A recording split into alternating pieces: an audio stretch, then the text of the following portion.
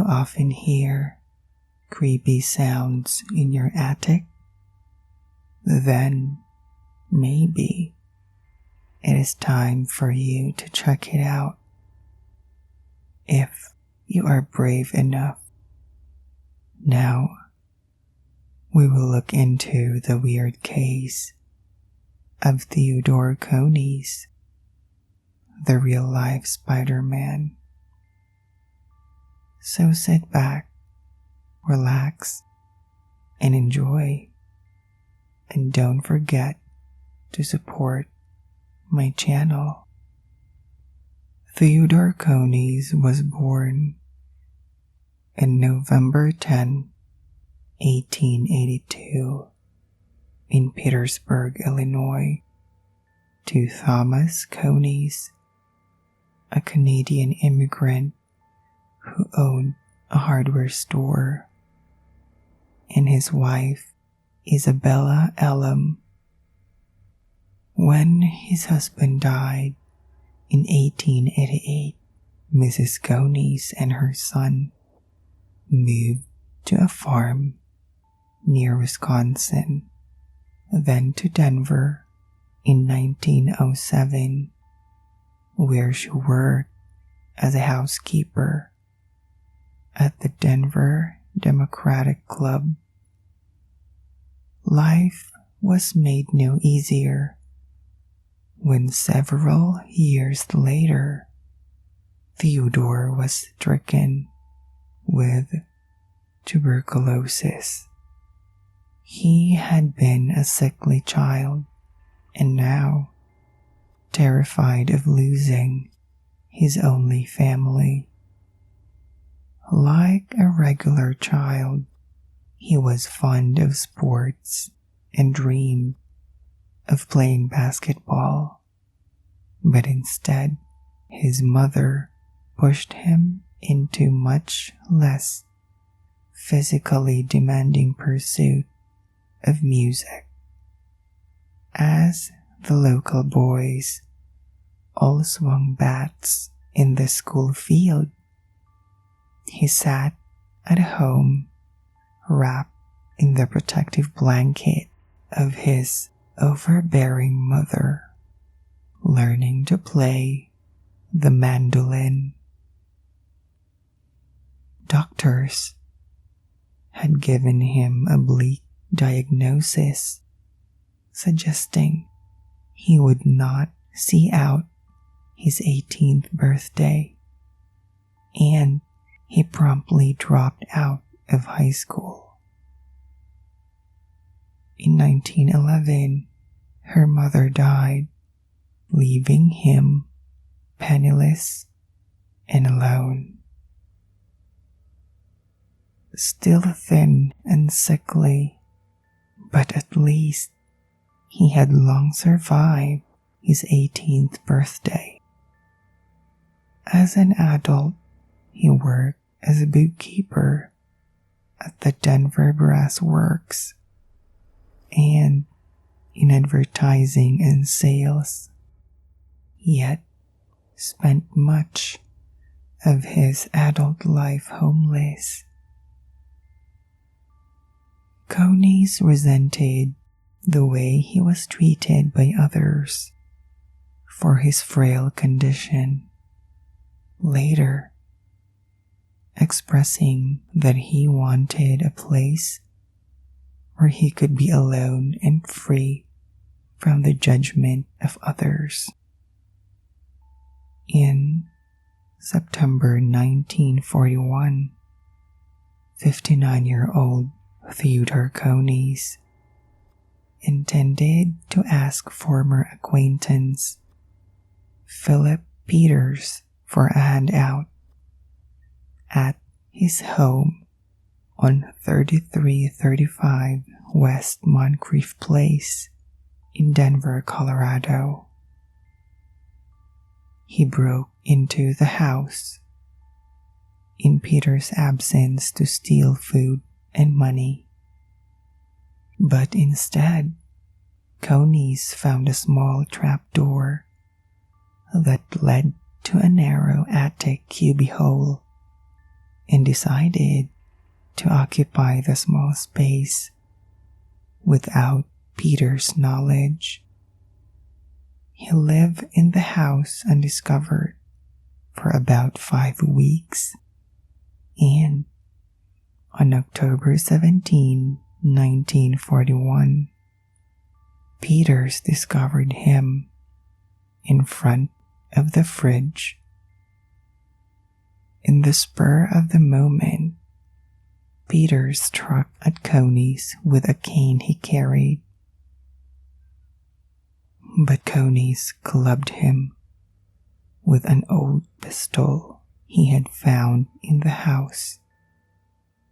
After the gun broke apart, Conies continued the battery with a heavy iron stove shaker and bludgeoned the 73-year-old Peters to death.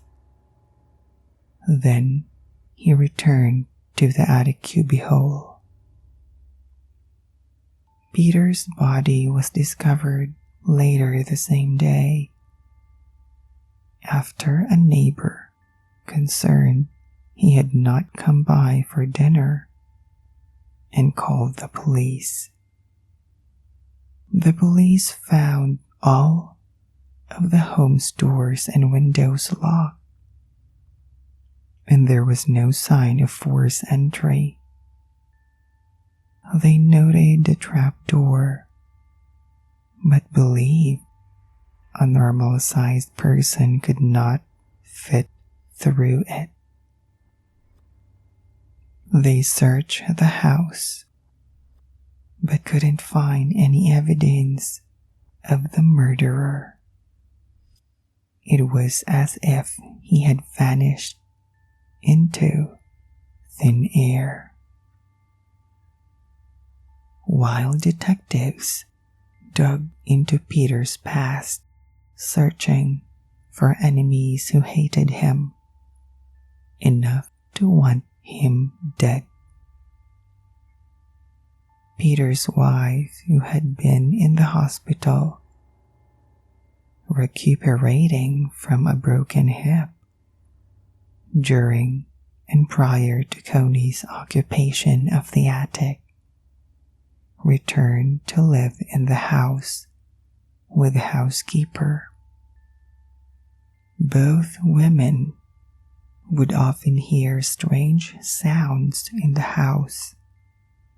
The housekeeper resigned after becoming convinced the house was haunted, and Mrs. Peters moved to Western Colorado to live with his son.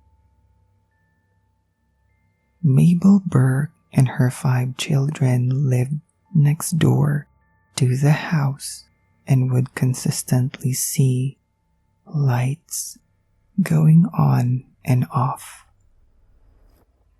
once even arming herself with a baseball bat and knocking on the door, believing that it was a poltergeist who was doing it. Conies remained in the vacant house with the occasional signs of occupation written off as an apparition or local pranksters, until everything changed in July 1942, once Denver police decided to station 2 detectives, Roy Bloxham and Bill Jackson, outside the house and keep it under surveillance instead of waiting for a call from the neighbors. The vigilance paid off when Bloxham and Jackson spotted a man inside the house. They ran inside, but the house was empty, but they heard a noise upstairs. They opened a closet door just in time to spot a pair of legs disappearing up into a small opening to the house's attic. They grabbed the legs and pulled the man. The suspect was arrested and taken downtown, where he confessed his crime and told his story. Conies insisted to the police that beating Peters had been a split-second decision. After killing Peters, Conies sought refuge up in the attic, where he stayed until July. Denver police sent their smallest officer up into the cramped attic, where he had made himself a nest of sorts. He had collected his waste and had not bathed during his attic residency, and the stench ended up making the officer vomit. After recovering from losing his lunch, Officer Fred Zarno said a man would have to be a spider to stand it long up there. The newspaper heard this and ran with it. Theodore Conies was dubbed the Denver Spiderman. Conies was charged and convicted of murder by a jury and sentenced to life in prison in October of 1942. He was sent to a state penitentiary in Canyon City and remained up there until his death on May 16, 1967, at the age of 84. I am sure you will now be checking your attic. I hope to see you next time though. And don't ever forget to like, share, and subscribe. Remember, be afraid of the dark. He is always watching.